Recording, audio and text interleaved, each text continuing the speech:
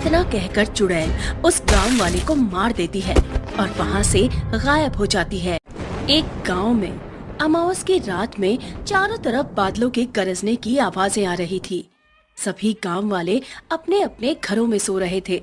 तभी अचानक से एक चुड़ैल अपने सर पर सब्जी की टोकरी लेकर गांव में आ जाती है।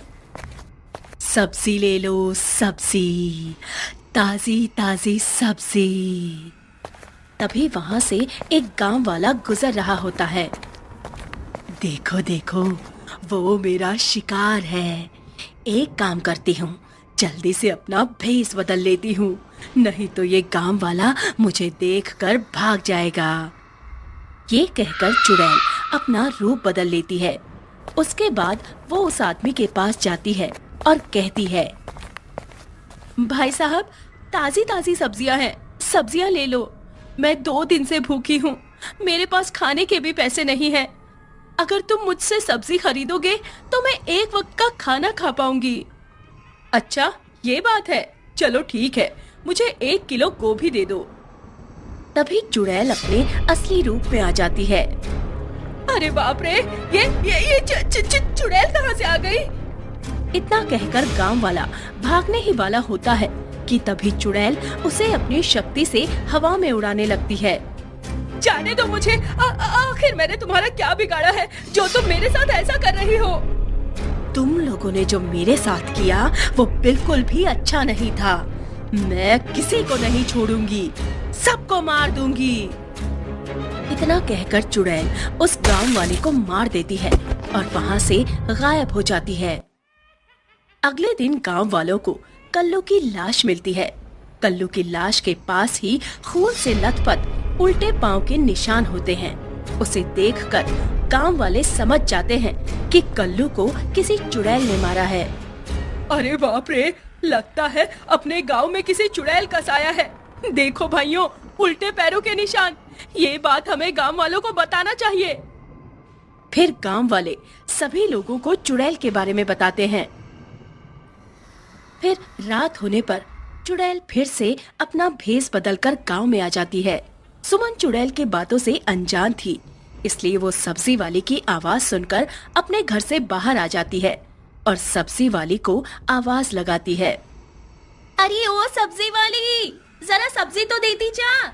इतने नखरे में कहाँ जा रही है बिना सब्जी दिए? बस आपके ही पास आ रही थी, मुझे भी तो तुम्हारा ही इंतजार था। तभी चुड़ैल अपने असली रूप में आ जाती है। चुड़ैल को देखकर सुमन काफी डर जाती है और जोर जोर से चिल्लाने लगती है। चुड़ैल, अरे गांव वालों, बचाओ मुझे। फिर चुड़ैल सुमन पर हमला कर देती है और सुमन को मार देती है। अब गांव में रोज कोई न कोई चुड़ैल का शिकार होने लगता है, जिसे देखकर गांव वाले बहुत परेशान हो जाते हैं। गांव वालों, हमें कुछ न कुछ करना पड़ेगा। हम ऐसे ही हाथ पर हाथ धरे नहीं बैठ सकते। मैं एक साधु को जानता हूँ जो हमें उस चुड़ैल से छुटकारा दिला सकते हैं। अगले दिन साधु जी गांव में आते हैं और मंत्र पढ़ने लगते हैं। तभी वो चुड़ैल वहाँ आ जाती है। तेरी इतनी हिम्मत कैसे हुई इस गांव में आने की? तू नहीं जानता मैं कितनी खतरनाक हूँ। चला जा यहाँ से, अगर तुझे अपनी जान प्यारी है तो। तू ये सब क्यों कर रही है? इन गांव वालों ने आखिर तेरा क्या बिगाड़ा है? इन्हें क्यों मारना चाहती है तू? एक बार की बात है, मैं इस गांव में रहती थी। एक दुर्घटना में मेरे पति की मौत हो गई, जिसके बाद मैं अपना पेट पालने के लिए सब्जी बेचा करती थी। लेकिन मैं विधवा थी, जिसके कारण गांव के सभी लोग मुझे ताना दिया करते थे। कोई मुझसे बात भी करना पसंद नहीं करता था और मुझे अपशगुनी कहा जाता था। कोई भी मुझसे सब्जी नहीं खरीदता था। मेरी सब्जियां ऐसे ही खराब हो जाती थी। एक दिन मैं भूखी प्यासी सब्जी बेचने जा रही थी। तभी भूख के कारण मुझे चक्कर आते हैं और मैं पास ही की नदी में जा गिरती हूँ और डूबकर मर जाती हूँ। मेरी आत्मा को शांति न मिलने की वजह से मैं एक चुड़ैल बन गई, जिसके बाद मैंने गांव वालों से बदला लेने का फैसला कर लिया।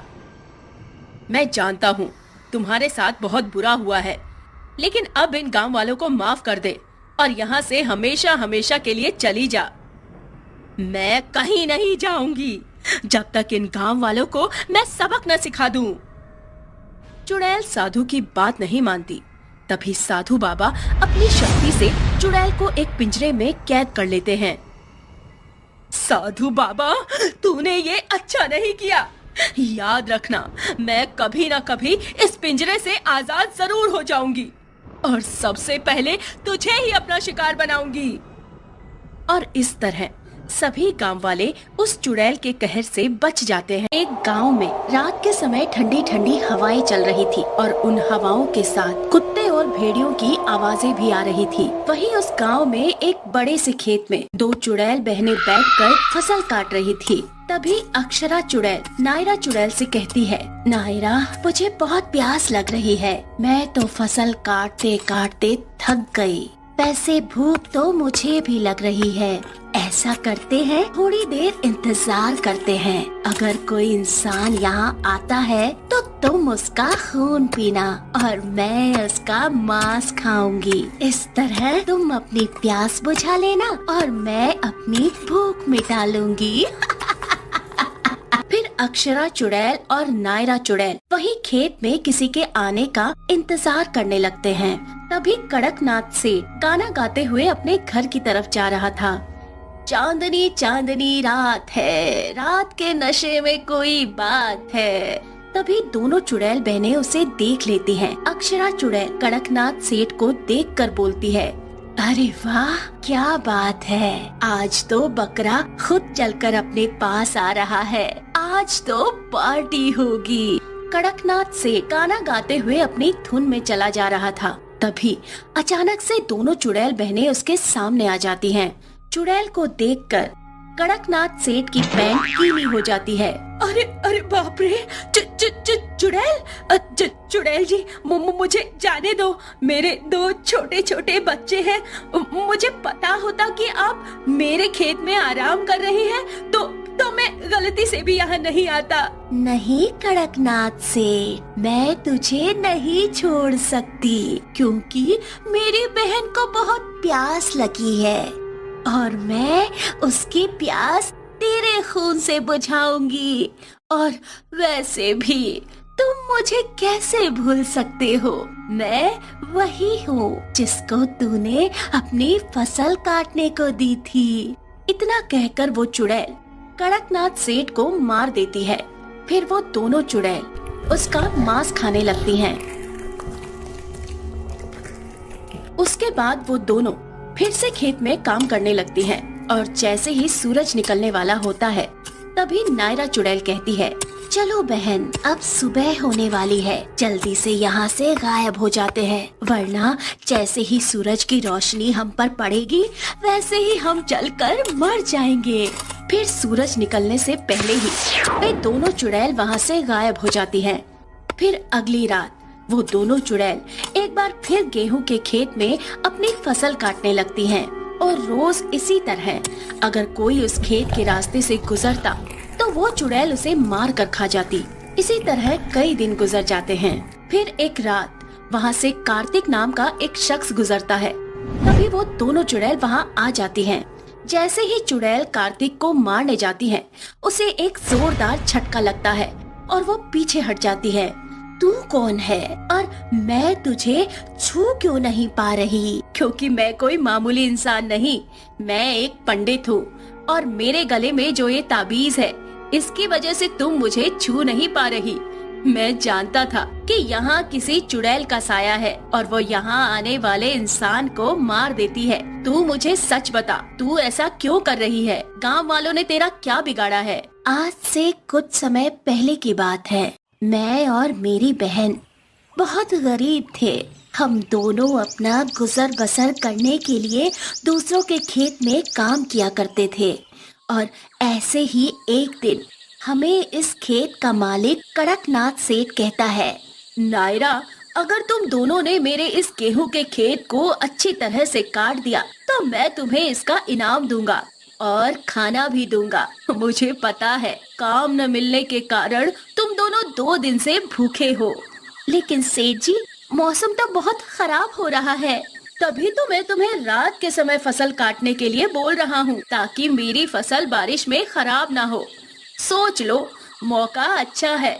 मैं तुम्हें खाना भी दूंगा और इनाम भी, जिससे तुम दोनों कुछ दिन पेट भरकर खा पाओगे, वरना तुम्हें आज रात भी भूखे पेट ही सोना होगा।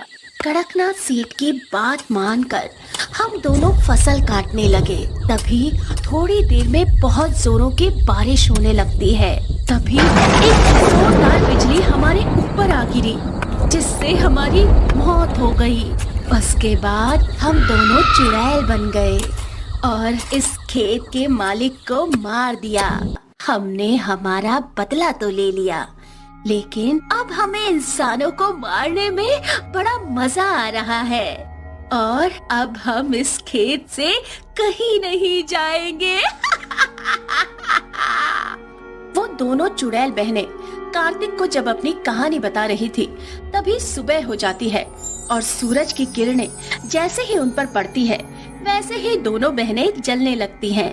तूने अपनी बातों में फंसाकर हमें धोखे से जला दिया, लेकिन याद रहे हम वापस आएंगे।